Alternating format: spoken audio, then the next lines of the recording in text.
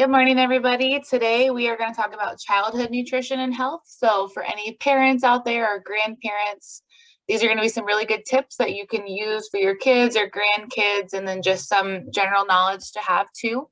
At the end, we are going to take a little tour of a website like we did last week, some awesome references for kids to have.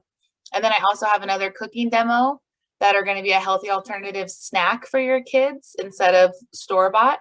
And I shouldn't just say kids because these are things I make for my household all the time too. So definitely adults as well. So getting children to eat healthy foods, we know, is sometimes fighting that uphill battle. The leafier and greener the food, the greater the struggle is going to be. Child nutrition is incredibly important, however, so try not to cave in and let them eat nothing but fast food and sweets because it's definitely worth the struggle. So today we're going to talk about the stages of nutrition through the years. What nutrients do children need?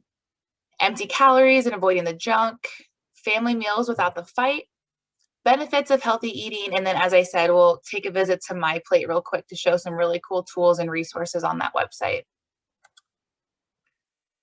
So nutrition is important at every age. As we know by now, we're 6 weeks into this. Your children need proper nutrients. They need to stay healthy and strong, grow up healthy and strong. And nutrition for children can also help establish a foundation for healthy eating habits and nutritional knowledge that they can apply through their life and for their kids and help them make decisions too as well. Nearly 1 in 3 children in America is overweight or obese. Despite all the focus on kids being overweight and obese, many parents are still confused, especially when it comes to what kids eat. Whether you have a toddler or a teen, nutrition is important for his or her physical and mental development. So here's what children need no matter what the age. Starting off with babies. During this stage of life, it's almost all about the milk, whether that's breast milk, formula, or a combination of the two.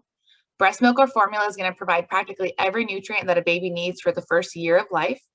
At about 6 months, most babies are ready to start solid foods like iron-fortified cereal, strained fruits and vegetables, and pureed meats. Because breast milk may not provide enough iron and zinc when babies are around that 6 to 9 month mark, that's why they always suggest fortified cereals, which can help breastfed babies in particular. And once you do start adding foods, don't go low-fat crazy. Although the AAP guidelines state fat restriction in some babies is appropriate, in general, you do not want to restrict fats under age 2 because a healthy amount of fat is important for their brain and their nerve development. And then going up in age, we've got our toddlers and our preschoolers. They are going to grow in spurts and their appetites are going to come and go in spurts. So they may eat a whole lot one day and then hardly anything the next, and that's totally normal. As long as you're offering them a healthy selection, they're definitely going to get what they need. Calcium, the body's building block, is needed to develop strong, healthy bones and teeth. They may not believe or care that milk does a body good, but it is a really good source of much needed calcium. And still, of course, we've got our children who are lactose intolerant, allergic to milk, or those just who like milk. There's lactose-free milk, soy milk, tofu. And then if you can get kids to eat sardines, those are going to be a good source of calcium too. But there's also calcium fortified orange juices and cereals and waffles and oatmeal too as well. A lot of times some pediatricians may actually recommend calcium supplements too. So calcium is a big focus in toddlers and preschoolers. Another important one is going to be fiber. Toddlers are going to start to say no more, and preschoolers can be especially opinionated about what they're going to eat. They may want to stick to the bland, beige, starchy diet, chicken nuggets, French fries, macaroni. But this is really a good time to encourage fruits and vegetables and whole grains and beans so they can get that good source of fiber. That's going to help prevent heart disease and other conditions later on in life, but it's also going to help aid digestion and prevent constipation, and something you and your kiddo is going to be thankful for. And then grade schoolers. So this is a time when kids first go to school. They've got a little bit more choices in what they get to eat, especially if they're eating in the cafeteria by themselves. Some schools obviously are going to have their plate pretty much ready for them. Some schools may actually give them options. Cakes, candy, chips, and other snacks might become lunchtime staples if they're there in front of them. Their body needs carbs. We need those sugars, we need fat, and we need sodium. But of course, we want to do that in moderation, as that can definitely lead to unneeded weight gain, even for us adults too as well. That is also a problem that can stem from childhood. So if you are someone who's going to pack your child's lunch or going over the lunch menu and trying to encourage them to select the healthier choices. That's going to help keep them on track. And then preteens and teens, as puberty kicks in, they're going to need more calories to support the many changes that they're about to experience. Unfortunately for some, a lot of those extra calories are going to come from fast food or junk food. That, of course, has little nutritional value. Some adolescents go the opposite way and they restrict calories and fats and carbs because of something that they saw on social media or they read about. Adolescence is the time that kids start to become conscious of their weight and their body image, which for some can actually lead to eating disorders and other unhealthy behaviors. And this is something we're seeing more and more in children and those preteens and teens, but we're starting to see it at a lot younger age, which is absolutely heartbreaking if you think about it. So try to be aware of the changes that are happening with their eating patterns and making family dinners a priority at least once or twice a week. That's going to help build that relationship too as well. Again, like them needing calories, calcium is another really important requirement for them at this age. Again, it's more important actually than ever before because a majority of the bone mass is built during this time. So they're encouraging that milk products or calcium rich alternatives is going to get them that calcium that they need. And then also getting your child to eat healthy, regardless of their age, is definitely going to be a battle, but it's one well worth fighting because a healthy child becomes a healthy adult. And only with your support and guidance can your child actually be both. So on the next slide, this is what the United States Department of Agriculture, the USDA, recommends kids get calorie-wise and from each food group for a healthy, balanced diet. So we'll walk through all of those on the next few slides here. So here's the rest of those guidelines for boys and girls, depending on their age, calorie consumption, but also protein and fruits and vegetables and grains and dairy. And this can help give a really good idea of serving sizes for each category too as well, especially when your kids are in this age 2 to 4 group.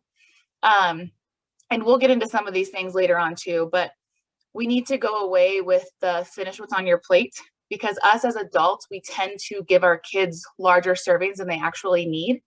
And so if you are someone who puts all of the things on the plate in the kitchen and then you take it to the table and set that in front of your kid, remember smaller servings is going to be best. Actually, there is growing research on recommending basically like a tablespoon for the age that the kid is in. So if your kid is 2 years old, 2 tablespoons of a protein, 2 tablespoons of a fruit, and so on. So they're still kind of working on that. But we just really need to kind of get away from that finishing your plate and focusing on smaller servings. So these guidelines can kind of help through with that. So again, you will get this emailed out to you next week, so you don't have to frantically write anything down. You can just see the calorie level as it increases, especially when they get to this 14 to 18. 2,000 to 3,000 calories for those teenage boys, 1,800 to 2,400 for those girls. Of course, it's going to depend on their growth and their activity level, but thinking back to those preteens and those teenagers who aren't eating because of that, body image issues that they're having, and they actually need to be having this many calories. So super important to be stressing calories, but also all those important nutrients and protein and fruits and veggies and grains and dairy. So getting more into that, the nutrients that children need. An easy way to ensure that children get the nutrients they need is obviously going to be choosing healthier foods for them to eat.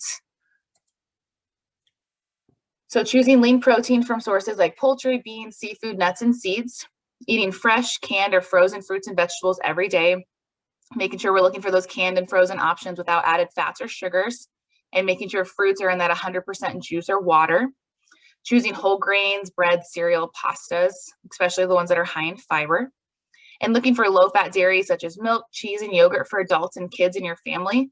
Babies, of course, do not have dairy products until they're 1 year old. The American Academy of Pediatrics recommends whole milk for babies 12 to 24 months.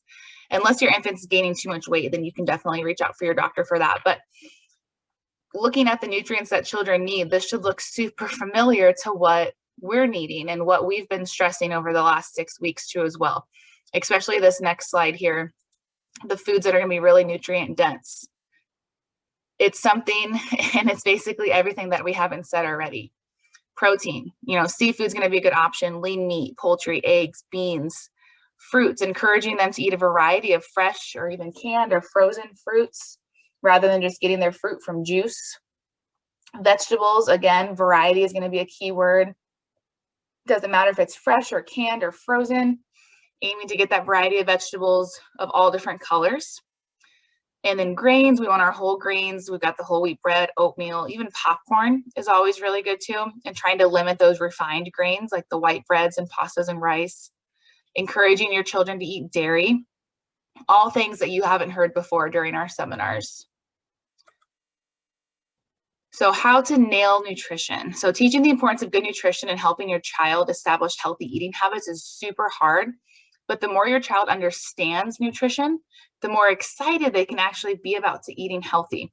So talking to them, I should say, about nutrition labels and nutrients and portion sizes, getting them to understand if they ask. I'm not saying lecture your kids every dinner, but if they ask, or if they're in the kitchen helping you prepare, when you're measuring out things, like talking about portions and serving sizes in that realm. And making sure, of course, half of your child's plate is fruits and vegetables, choosing fresh foods over highly processed. How you cook and prepare your foods can also affect the nutritional value. For example, grilling, steaming, and baking, and broiling instead of frying. And then it's not just the food that's important, making sure that they're getting water or low-fat milk instead of sugary sweetened drinks, of course. And then different foods are going to provide different nutrients. So making sure your child gets a good variety of fruits and vegetables. These are all simple ways that you can just kind of engage in conversation with them and showing them how easy it is to get all of those nutrients in the fresh variety of the different foods that we have. But it's also important to limit added and refined sugars, refined grains, sodium, trans fats, saturated fats, and foods that are low in nutrients. Again, things we've talked about that us as adults also need to avoid. Between 2000 and 2010, consumption of sugar-sweetened beverages among children and adolescents decreased, but still accounts for 10% of total caloric intake. Between 2003 and 2010, total fruit intake and whole fruit intake among children and adolescents also increased. But most of the youth still did not meet fruit and vegetable recommendations. So all of these empty calories from added sugars and solid fats were contributing to like 40% of their daily calories. And this is kids between ages 2 to 18. So 40% of what they're eating in a day is considered empty calories. Of course, that's going to affect the overall quality of their diet or of what they're eating. And approximately half of these empty calories came from 6 main sources, and that was soda, fruit drinks, dairy desserts, grain desserts, pizza, and whole milk. And most youth, they're not consuming the recommended amount of total water either. So these are just all things that we need to look out for, as these are super popular eating behaviors in children. And of course, they're not helping them in any way. And then, of course, aiming to limit your child's calories from added sugar, saturated and trans fats, and sodium. I could have easily taken this slide and copied it from the adult one too as well. And when we were just talking about macronutrients in general, all the way back in week 1 of things that we want to kind of avoid as adults. So getting our kids to eat healthily is also a battle, but also getting them to sit down with you can also be a battle too as well. So what counts as a family meal? Whenever you and your family eat together, whether it's takeout food or a home-cooked meal, strive for nutritious food in a time when everyone can be there. This may mean eating dinner a little later to accommodate someone who's at sports practice, or it could mean setting aside time on the weekends when it may be more convenient for everybody, like a Sunday brunch. Family meals are a comforting ritual for both parents and kids. Children like the predictability of family meals, and parents get a chance to catch up with their kids. Kids who partake in regular family meals are more likely to eat fruits and vegetables and grains, and less likely to snack on unhealthy foods. They're also less likely to smoke or drink alcohol just from sitting down and having dinner with their family. These are also a really big chance for parents to introduce kids to new foods and to be role models for healthy eating. Teens are probably going to turn up their noses at the prospect of sitting down with their family, which isn't surprising because they're busy. They want to be more independent. And, these things called phones kind of take over our lives too. But studies find that teens still want their parents' advice and counsel. So using mealtime as a chance to reconnect is going to be key. You can try letting your kids invite a friend over to dinner, involving your kids in meal planning and preparation, and keeping mealtime calm and friendly and not lecturing or arguing during that too as well. So one of the big messages that I shared was just being a role model. And the best way for you to encourage healthy eating is to eat well yourself. Kids are going to follow the lead of the adults that they see every single day. By eating fruits and vegetables and not overindulging in the less nutritious stuff, you'll be sending the right message. And another way to be a good role model is to serve appropriate portions and not overeat. Talk about your feelings of fullness, especially with younger children. You might say, "This is delicious, but I'm full, so I'm going to stop eating." Similarly, parents who are always dieting or complaining about their bodies, those are going to foster those same negative feelings in their kids. So try to keep a positive approach about food, not just when you're by yourself, but especially when you're with your kids too as well, because monkey see, monkey do. And we want to make sure they're developing healthier habits than ones that we may be still trying to deal with ourselves.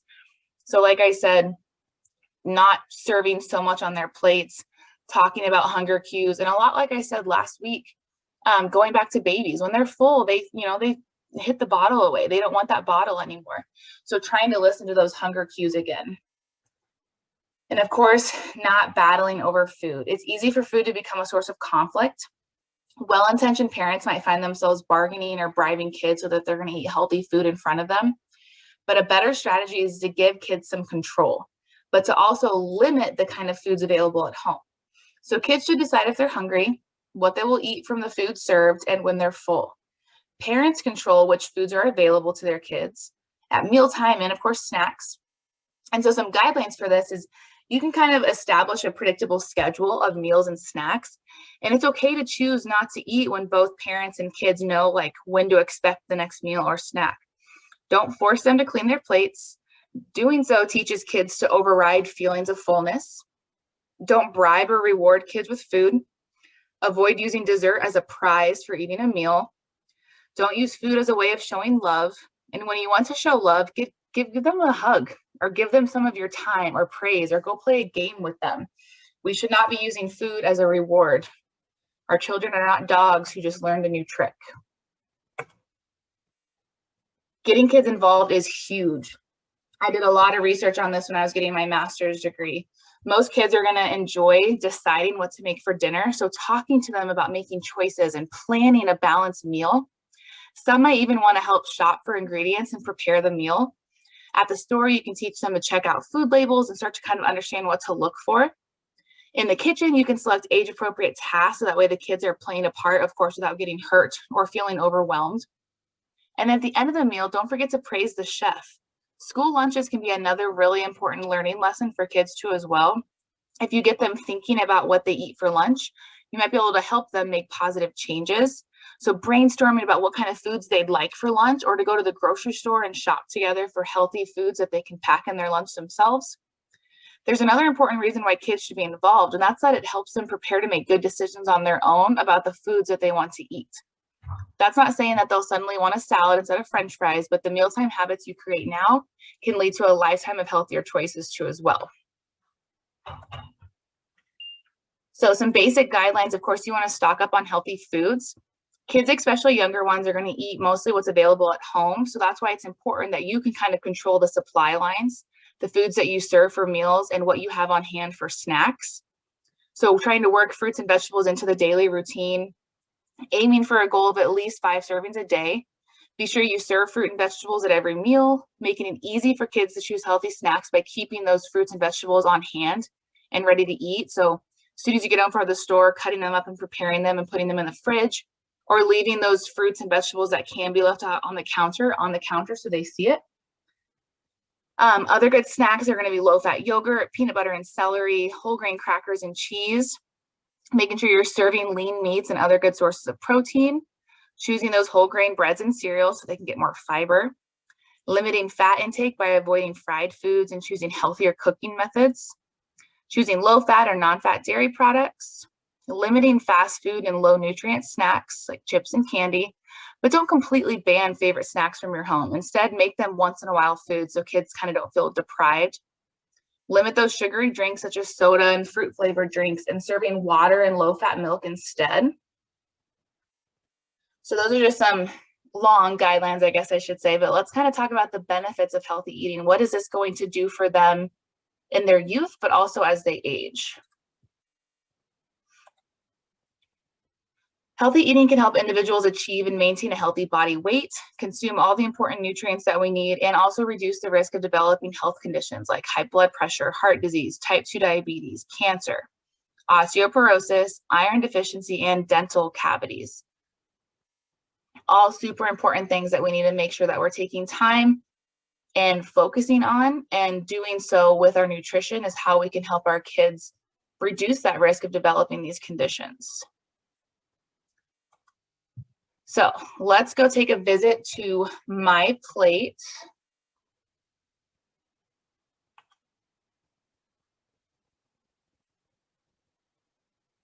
Let's see.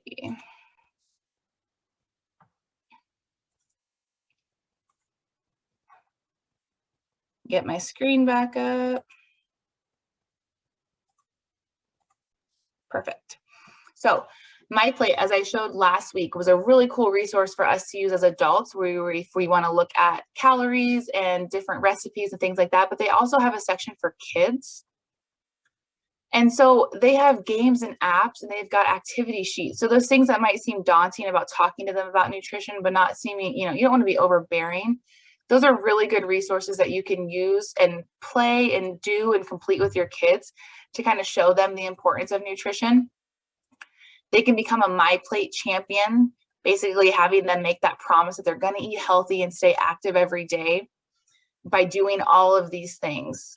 Eating more fruits and veggies, whole grains, rethinking your drink, lean protein, slowing down on sweets, and being active. So all things we talked about today. And so if they pledge that they can do that, they can get this little cool certificate. And then, as I said, there are all these really awesome games, but also ebooks too as well. So that can kind of help them stay focused. And then activity sheets, helping them make better choices by kind of making nutrition a fun game, but they're also learning something about it too as well. So tons of really cool resources, and that's just myplate.gov. And then lastly, come on, there we go. We have our cooking demo for the healthy snacks that I made.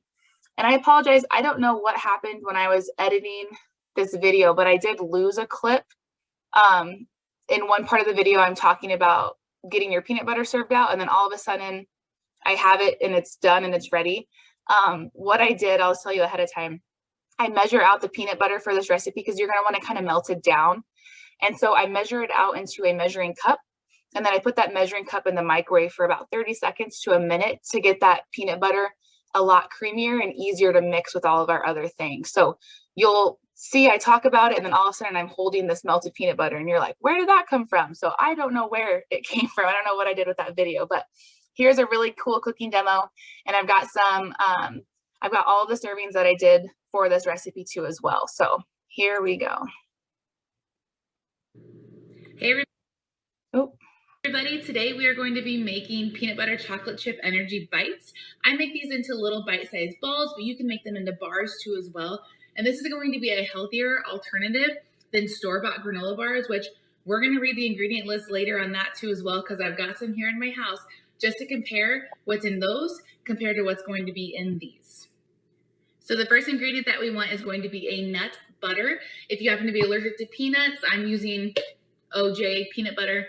But like I said, if you're allergic to peanuts, any kind of nut butter is going to do. And if you're someone that wants to kind of save down on calories a little bit, you can use powdered peanut butter and substitute for this.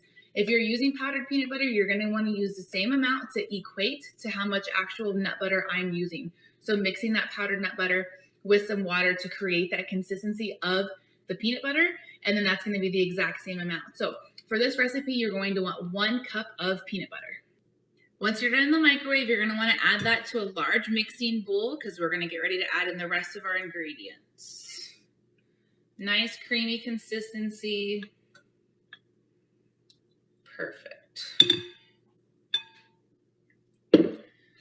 Next up is going to be our oats, and you're going to want 2 cups of our old-fashioned or rolled oats.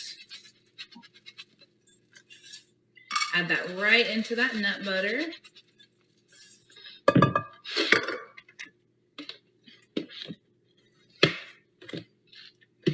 Our next ingredient is going to be ground flaxseed. Ground flaxseed is such a good addition to any kind of dish that you're making. You're going to want a half a cup of that. Flaxseed is a good source of healthy fats, protein, and carbohydrates. I get ground just because I don't want to have to taste the actual flaxseed kind of biting into that seed when you go to bite into the bites or the bars, however you're going to make them. So if you have flaxseed at home and it's not ground, totally use that, not a big deal. I just prefer ground flaxseed. And then our next thing, because these are peanut butter chocolate chip, you need your chocolate chips. So you're going to want a half cup of chocolate chips. I get the little tinier chocolate chips. That way it's just something a little bit smaller.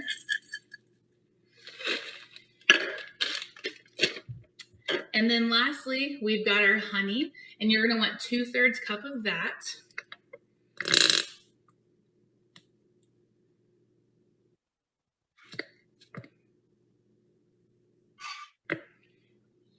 If anyone has an easier method to get honey out of a measuring dish, send your tips my way. Because honey is just as bad as peanut butter, trying to scoop that out of any kind of measuring dish when we're baking. So once we have our 2/3 cup of honey all put into our bowl, you are going to mix all of this up together. And then you can either get dirty, you can use your hands, or you can just use your utensils, but you want to try to form this into a really large ball. Like if you were making a loaf of bread and you made that into a big, huge dough ball. And then what we're going to do is we're going to take that large ball, keep it in your bowl, and you're going to put it in the fridge because we want this to harden up a little bit. So mold it into that ball, either using your spatula, your utensils, or get dirty and use your hands. And then once it's in there, put it in the fridge for 30 minutes, or it can be in there even longer too as well. We're going to take it out, and then that's when you're going to form it into our little bites. If you, for example, want to make this into bars instead of bites, you don't have to do that step. You would just immediately press it into your pan of your size, maybe an 8x8 pan. Make sure everything's all even and spread out exactly where you want. And then you're going to want to put that in the fridge so it can set before you start cutting into it. So either way, I guess you do need to have it set, but it just depends if you're going to make it into the bite-sized balls or the bars. All right, so I've got everything all mixed together, and I'm just using my spatula to kind of shape it into that ball that we want. Scrape everything off.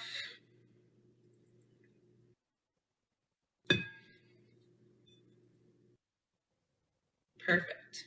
All right, so I've got it into my kind of like my dough ball, and I'm going to put some plastic wrap over this, and I'm going to put it in the fridge. And like I said, I'm going to let it sit for about 30 minutes, if not longer. Not a big deal. Once that's done, I'm going to take it out, and I actually use this contraption here, and I'm going to scoop out, didn't mean to clink that.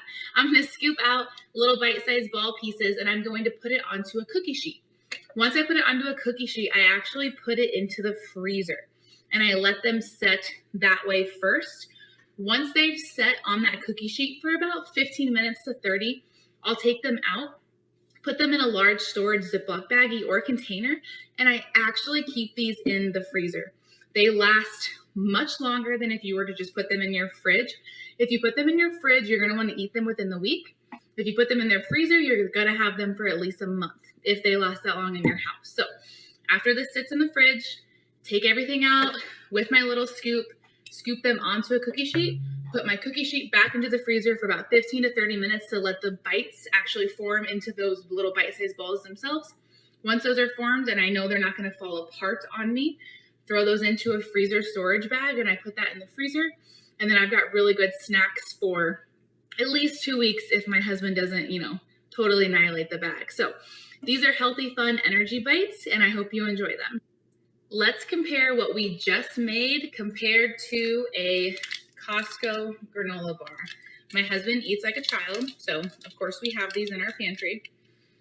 Here is the ingredient list. Look at all of that. First thing on here, granola, and then in parentheses it says whole rolled oats, sugar, canola oil, molasses, sodium bicarbonate, and soy lectin. Next, we've got corn syrup, and then we've got semi-sweet chocolate chips, and then we have malt extract. We've got fructose, sugar, canola oil, glycerin, invert sugar, dried unsweetened coconut, soy lectin, salt, wheat flakes, whey powder, ascorbic acid, a preservative, rosemary extract, natural flavor, and then it says it contains soy, milk, coconut, and wheat. So I lost count of how many ingredients were in that, but I didn't lose count of ours. 1, 2, 3, 4, and 5. 5 compared to totally lost count. So make healthier options for your kids at home, for them to enjoy and to eat healthily, but also for you to enjoy and just to feel better about what's going in their bodies. All right, so that was our cooking demo for those healthy bites. If you didn't catch everything in there for the ingredients and the kind of step process for that, what I do, reach out to me and I can get that sent off to you too as well. I've got that recipe memorized. So I hope everyone has a great weekend. And next week, we are going to talk about chronic disease prevention and how nutrition is actually going to be what we want to do to fight off those chronic diseases. We don't want any pills. We don't want doctor visits. We actually just need to eat better. So that's what we will talk about next week. So thank you and have a good weekend.